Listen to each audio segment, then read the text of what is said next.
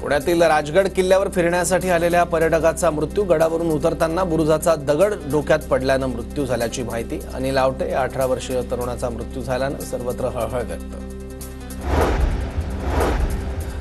धुळे सोलापूर महामार्गावरील शिरूड गावाकडे जाणाऱ्या रस्त्याची दुरवस्था. रस्त्याची दुरुस्ती करण्याची ग्रामस्थांची मागणी. खराब रस्त्यामुळे वाहनधारकांना त्रास. जीपीएसमुळे रुग्णाचा मृत्यू झाल्याची डॉक्टरांची प्राथमिक माहिती. मृत्यू झालेल्या व्यक्तीचे रक्ताचे नमुने पुढील तपासणीसाठी पाठवले. तपासणी अहवाल 8 दिवसात प्राप्त होणार. नांदेड जिल्ह्यात बर्ड फ्लूचा शिरकाव. किवळा इथला अहवाल पॉझिटिव्ह. पशुसंवर्धन विभागाकडून उपाययोजना सुरू. किवळा परिसरातील चिकन दुकान, वाहतूक, बाजार आणि यात्रा बंद राहणार. कोल्हापूरच्या हातकणंगलेमधील अंबप गावात विधवा प्रथा बंदीचा निर्णय. प्रजासत्ताक दिनाच्या निमित्ताने ग्रामसभेत एकमुखी ठराव. विधवा स्त्रियांना सौभाग्यवती असलेल्या महिलेप्रमाणेच मान सन्मान दिला जाणार.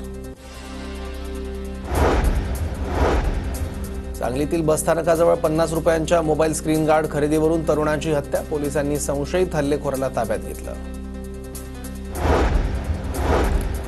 सांगलीतील पलुसच्या तहसील आवारात प्रजासत्ताक दिनी माजी सैनिकाचा सहकुटुंब आत्मदहनाचा प्रयत्न. तहसील परिसरात तणाव निर्माण. न्यायप्रविष्ट जागेची कब्जापट्टी देण्यावरून माजी सैनिकाचा सहकुटुंब आत्मदहनाचा प्रयत्न.